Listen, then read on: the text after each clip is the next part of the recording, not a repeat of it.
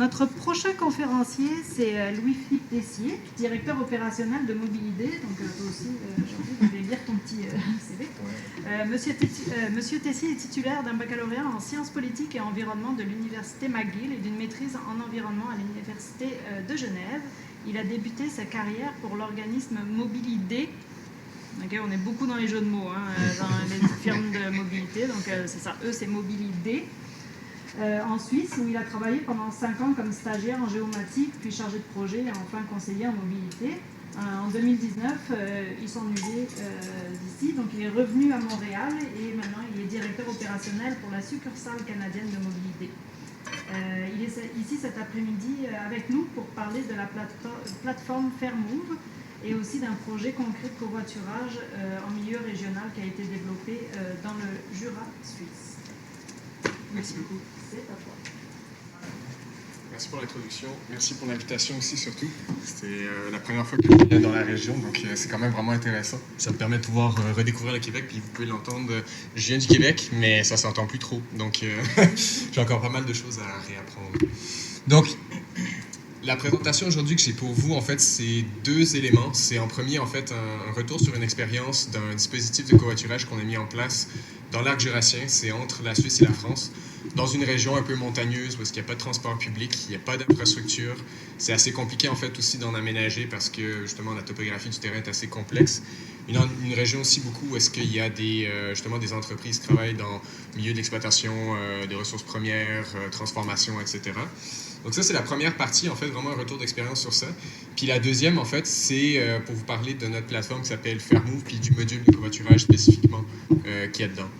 Donc les deux sont complémentaires, puis on va le voir après pourquoi. Donc, potentiel de covoiturage, on va passer à travers ça. Les facteurs de succès aussi, ça c'est pas mal important de vraiment bien comprendre qu'est-ce qui peut nous amener vraiment à des taux de covoiturage qui sont vraiment importants. Puis là, je parle, en fait, j'ai juste une parenthèse, je parle d'un exemple qui est suisse-français, mais ça peut s'appliquer aussi au Québec. Souvent, on me dit, ah, mais ça se fait pas ici, mais oui, ça se fait ici aussi. Il faut juste adapter un peu les choses pour que ça reflète un peu la réalité locale, évidemment. Il faut qu'on puisse s'adapter avec les acteurs sur place, etc. Mais le principe de base est quand même très similaire. Et puis finalement, à la fin de la présentation, on zoome sur les deux éléments. Juste avant que je commence, je vais juste vous présenter rapidement en fait Mobilidé, qui on est. Donc on est une entreprise qui a été créée il y a 20 ans, en 2004 à peu près. On va fêter nos 20 ans l'année prochaine.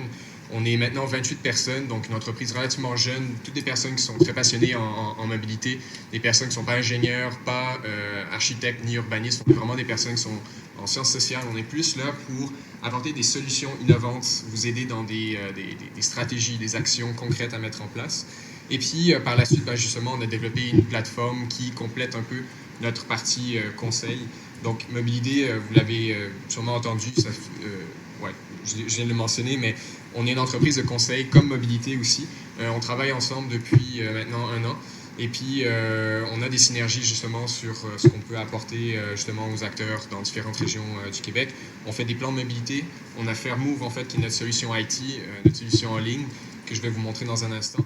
Puis, on a développé aussi d'autres types de services, comme la centrale mobilité, le dispositif de covoiturage de l'arc jurassien Noctambus, qui est un système de transport public de nuit à Genève.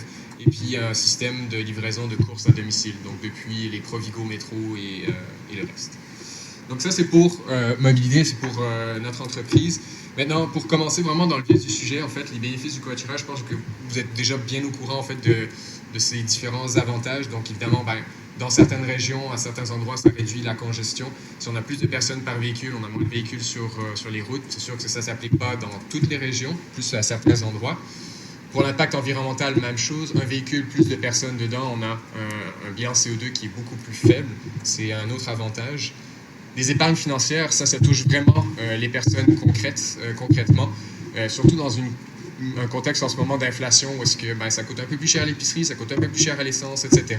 Si on est capable de diminuer nos coûts avec un partage d'auto, un partage de l'essence, un partage des différents coûts, ça peut faire vraiment du bien à la fin du mois pour pouvoir payer une épicerie plus agréable.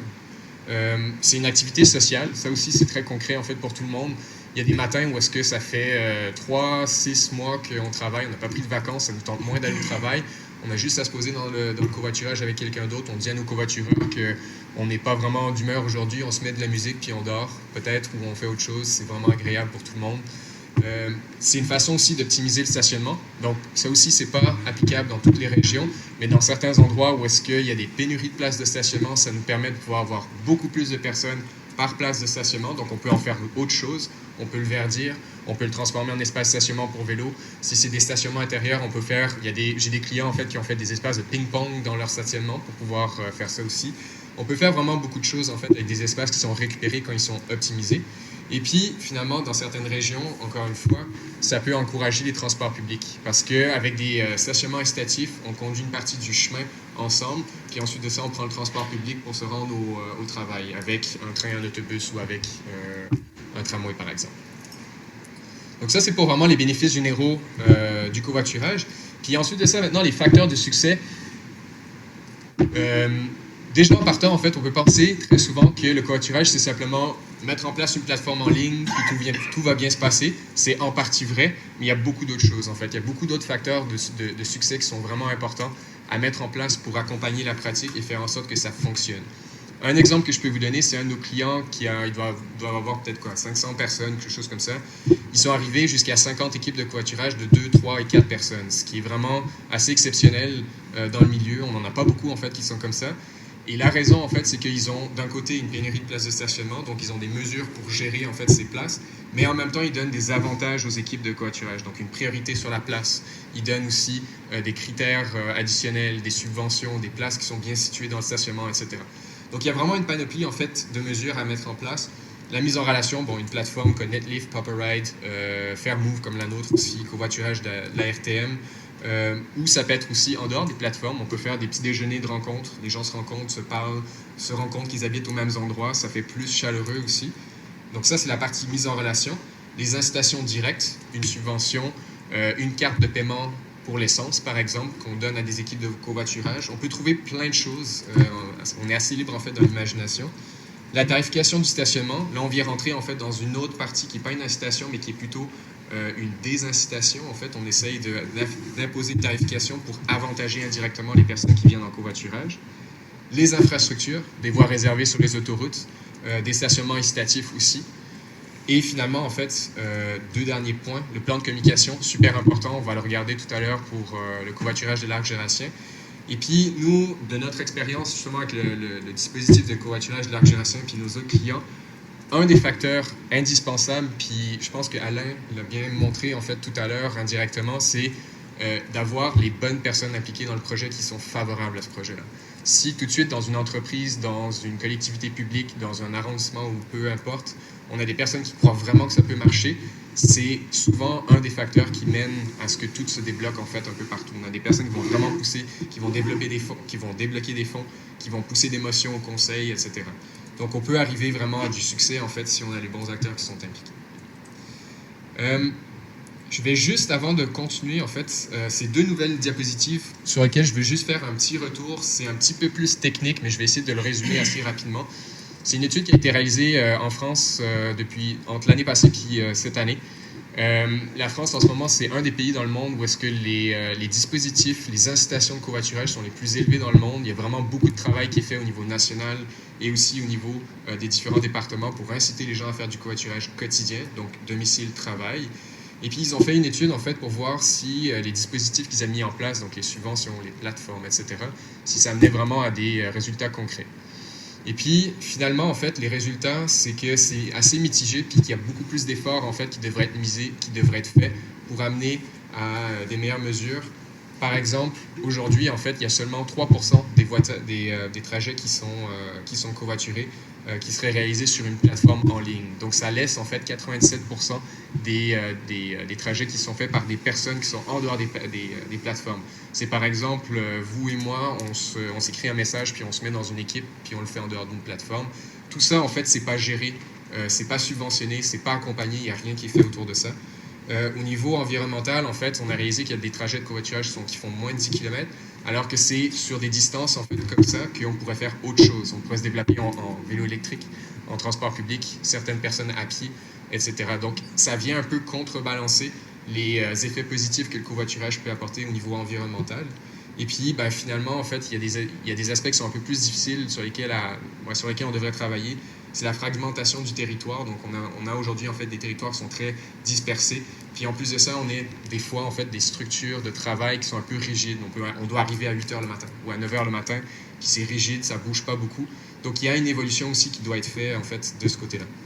Donc, il y a plusieurs recommandations. Je vous enverrai, je pense que la présentation va être envoyée à tout le monde, mais en gros, en fait, le gros message que je veux tirer pour le reste de la présentation, c'est que ce qui est bien important, puis on a commencé à le voir tantôt, c'est que pour le covoiturage, développer la pratique, c'est un environnement, c'est un écosystème de mesures qu'il faut mettre en place. C'est pas juste une plateforme, mais c'est de la communication, des incitations, des réglementations et tout ça. Donc maintenant que ça c'est dit, on va se pencher maintenant sur les deux exemples concrets. Je vais essayer de faire ça vite parce que je pense que le temps roule. Vous me dites si je parle trop vite. J'ai tendance à parler vraiment vite des fois. Donc, le projet en fait de covoiturage de l'Arche de Racine, on l'a initié en 2011. Donc, ça fait déjà plus de 10 ans qu'on travaille sur ça, qu'on gère un peu les différents acteurs. C'est des acteurs publics, des acteurs privés, des employés, puis d'autres partenaires en fait qui nous aident dans ce projet-là. Donc, ça implique vraiment beaucoup de personnes.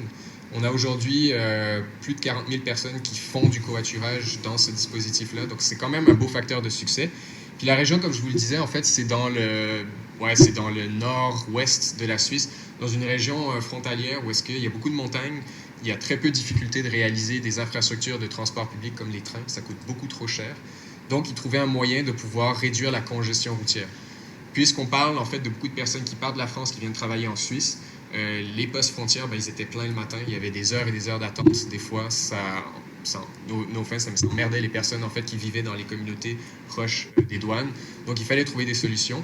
Puis, une des solutions, c'était le covoiturage. Donc, il y a plusieurs acteurs publics, privés qui se sont mis ensemble pour lancer le projet. Le parti pris, en fait, quand on était approché par les autorités à ce moment-là pour proposer quelque chose, nous, évidemment, on nous disait, mais est-ce que vous avez une plateforme pour gérer tout ça? On a dit oui, mais nous, en fait, on a décidé de faire le choix de plutôt miser sur un projet de communication pour organiser tout ce projet-là. Donc, on a misé énormément sur des campagnes de communication, des concours, des challenges, d'appeler les gens, d'avoir un dispositif très humain où est-ce que les gens pouvaient aussi appeler et dire « Ah, mais moi, je me cherche des covoitureurs, est-ce que vous pouvez m'aider? » Puis il y avait quelqu'un qui prenait le téléphone et qui trouvait en fait des solutions pour ces personnes-là. Donc, dans cette campagne en fait, de communication, on a fait plusieurs dépliants, des posters, des vidéos, etc. Et justement, une des vidéos en fait, qu'on a fait, si j'arrive à la faire, soit vous la trouvez vraiment drôle, soit vous la trouvez vraiment pas drôle, ok? Moi, je la trouve assez bien, mais vous verrez en fait pourquoi est-ce que ça peut être peut-être un peu... ouais. Lui, c'est Jean-Cri. Et cette semaine, il l'a fait. Il l'a fait plusieurs fois. Il l'a fait le matin en partant de chez lui et le soir en rentrant du bureau. Il l'a fait dans sa voiture sur le siège conducteur et même dans d'autres, sur le siège passager ou sur la banquette arrière. Il l'a fait avec Patricia, Monique, Nathalie, Chloé. Il aime bien le faire à plusieurs, c'est meilleur. Mais aussi avec Yanis et Clément. Il adore le faire avec eux. C'est d'ailleurs son plan régulier. Jean-Cri l'a fait 8 fois cette semaine. Il a pris beaucoup de plaisir et a même gagné de l'argent en le faisant. Bravo, champion. Jean-Cri l'a fait. Il a covoituré. Vous aussi, faites-le. Covoiturez.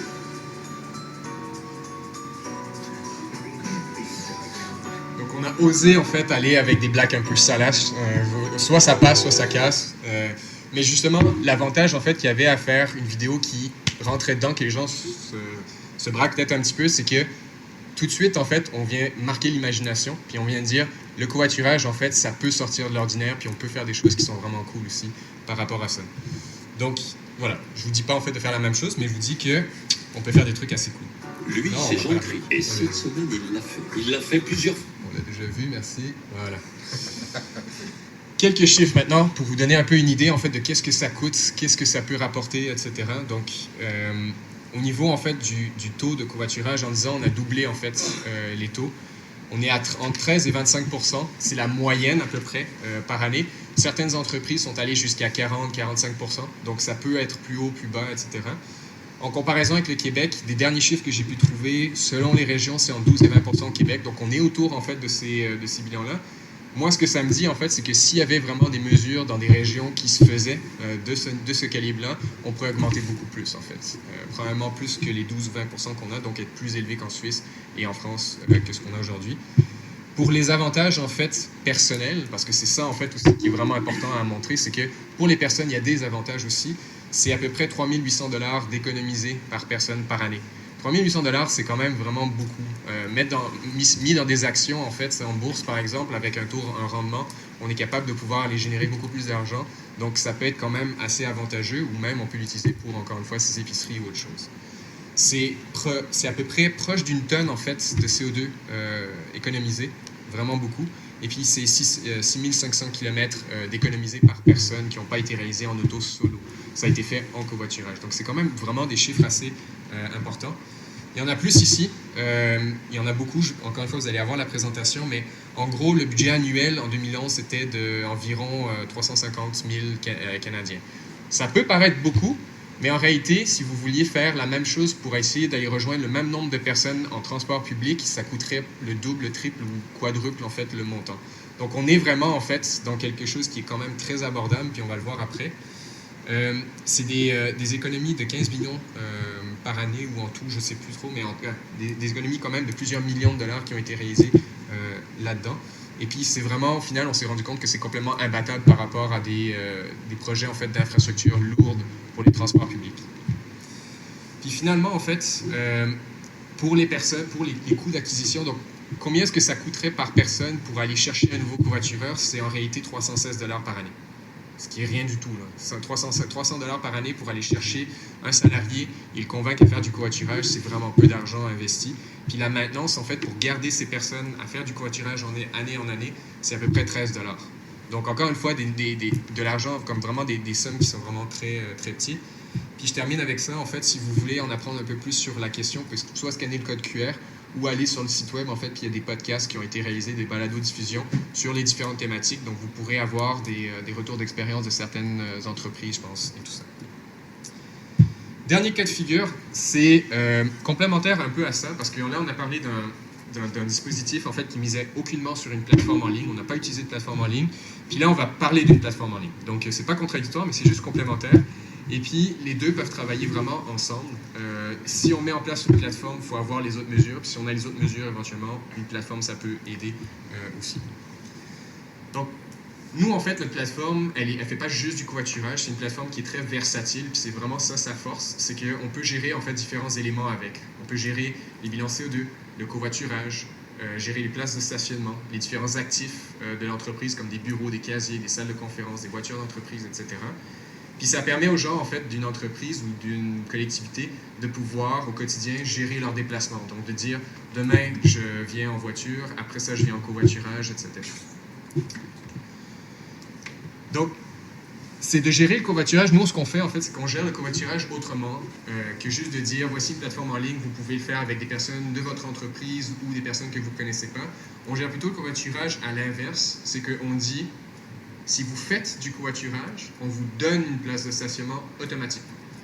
Donc ça fonctionne en fait seulement si les places de stationnement sont un peu en pénurie. Donc qu'est-ce qu'on peut faire en fait dans un cas où est-ce qu'on n'a pas de pénurie? C'est qu'on va dire, si vous faites du covoiturage, on vous donne les meilleures places qu'on a sur notre site. Donc c'est celles qui sont proches des ascenseurs, qui sont à l'intérieur, qui sont proches des entrées, etc. Donc on donne un avantage vraiment à faire du covoiturage. Puis là, après, il y a plein d'autres choses aussi qui peut être fait par-dessus. La tarification, les subventions directes, etc. La plateforme, concrètement, en fait, pour créer une équipe de covoiturage, c'est en 3 étapes à peu près. On a un premier tableau de bord où est-ce qu'on va avoir un potentiel de covoitureur qui va nous être présenté, que le système a calculé selon notre lieu de résidence, le trajet qu'on va prendre, etc. Puis ensuite de ça, on invite des personnes dans notre équipe. Une fois que ces personnes-là sont invitées puis qu'ils ont accepté, on a une équipe qui est prête, on la soumet. Et une fois en fait qu'elle est soumise, on peut commencer à utiliser notre véhicule ou le véhicule des personnes de notre groupe pour venir au travail. D'accord? Si éventuellement on est tous partis en vacances en même temps, par exemple pendant les vacances de la construction, on peut prendre notre place de stationnement, on la libère dans le système, puis d'autres personnes qui sont restées au travail peuvent l'utiliser occasionnellement en faisant des réservations sur notre place de stationnement. Donc ça revient en fait à ce qu'on disait tout à l'heure, la possibilité d'optimiser une place de stationnement. On le fait à double rendu là. On a déjà, la majorité de l'année, 4 personnes qui viennent en covoiturage sur une place de stationnement. Puis en plus de ça, quand on n'est pas là, quand on ne l'utilise pas, on a d'autres personnes qui peuvent la réserver. Donc là, on vient de vraiment maximiser l'utilisation en fait, de cette place de stationnement. Encore une fois, ça ne s'applique pas dans tous les contextes, mais si on souhaite en fait que ça arrive, ben, on peut le faire comme ça. Puis, je vais terminer en fait avec 2 dernières diapositives, puis on ne va pas parler en fait de covoiturage, mais on parle plutôt en fait de ce c'est un terme anglais, mais du van pooling. En fait, c'est comme du carpooling, mais là, avec une van. Puis c'est comme du covoiturage, mais avec un véhicule un peu plus gros, donc un minibus plutôt. Puis ça, c'est un nouveau service, en fait, qu'on propose sur la plateforme, où est-ce qu'on va, nous, en fait, aller chercher des véhicules. On va aller louer, en fait, des véhicules chez un prestataire avec qui on travaille. Et on propose ça directement à l'entreprise. Donc, on a loué 3 véhicules. Les gens se mettent ensemble, créent une équipe de 9 personnes. Et vont avoir un trajet régulier, en fait, tout le temps, entre le même point de départ et le même point d'arrivée. Le véhicule, soit il reste sur un stationnement incitatif, ou il reste chez le conducteur ou la conductrice, chez elle le soir. Et puis, les véhicules qu'on propose, en fait, c'est juste des véhicules électriques. Donc, en fait, les gens, en fait, viennent régulièrement ensemble en covoiturage le matin, le soir. Puis si, par exemple, une des 9 personnes qui fait partie de ce covoiturage décide de partir en vacances, elle peut aussi libérer son siège dans la vanne et quelqu'un d'autre peut l'utiliser temporairement pendant que la personne est partie en vacances. Et puis ça, les coûts, c'est à peu près entre 138 et 145 $ les coûts mensuels par personne. Donc ça, l'entreprise, en fait, ce qu'elle peut faire, on a autant des entreprises qui disent nous, on prend en charge tout ça, on le subventionne au complet parce que ça permet de pouvoir rouler, inciter les gens à utiliser ce moyen de transport. Soit il y en a d'autres qui coupent moitié-moitié, donc ça reviendrait à 70 $ peut-être par personne, ou c'est la totalité est payée par les employés dans un troisième cas. Donc ça dépend un peu vraiment de qu'est-ce que l'entreprise veut faire, mais c'est un service qui est vraiment tout inclus. Donc il y a, dans le package, en fait, il y a les assurances, la maintenance, le suivi, puis il y a même, je pense, une carte pour si éventuellement les gens rechargent leur véhicule sur une borne, ils peuvent utiliser la carte pour pouvoir recharger à 0 $. Donc, ça conclut ce que j'avais à vous présenter. Je sais que c'est beaucoup d'informations, peut-être, mais peut-être vous avez aussi des questions sur la chose. C'est ça, on a une période d'une mini-dizaine de minutes. Oui, c'était un peu plus c'est correct, c'est correct. Pour des questions, donc profitez-en tranquillement. Pas de questions, c'est super complet. Super. Un cas comme en France, comme vous avez fait, vous disiez que c'était montagneux, mais c'était... Vous partiez, puis là, que vous abandonnez pour ramasser tout le monde pour... Ce qu'ils ont fait, en fait, c'est que les autorités publiques, au début, oui, quand il n'y avait pas d'infrastructure, c'était souvent des personnes qui vivaient à peu près au même endroit, qui faisaient du covoiturage. Mais après, ce qu'ils ont fait, c'est qu'ils ont créé des parkings incitatifs, des stationnements incitatifs le long des trajets. Ça fait que juste avant la frontière ou après la frontière, les gens se rassemblaient là, laissaient leur voiture, c'est gratuit, puis après, ils faisaient le reste du trajet en covoiturage. Le reste d'une centaine de kilomètres, peut-être, quelque chose comme ça. Quand tu arrives aux frontières, quand tu as 1000 personnes dans 800 véhicules, 1000 personnes dans 200, il fait quand même l'identité.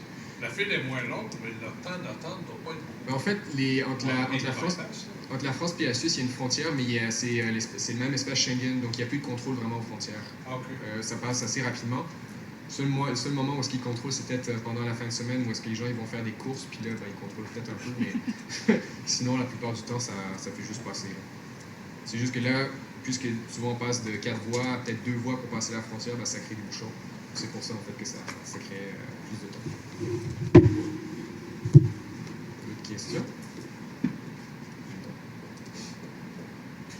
Bon, c'était ça. Jonathan, t'as pas de questions? Non. Jonathan, pas de questions. C'était juste clair et précis. Ben oui. Merci beaucoup. Merci.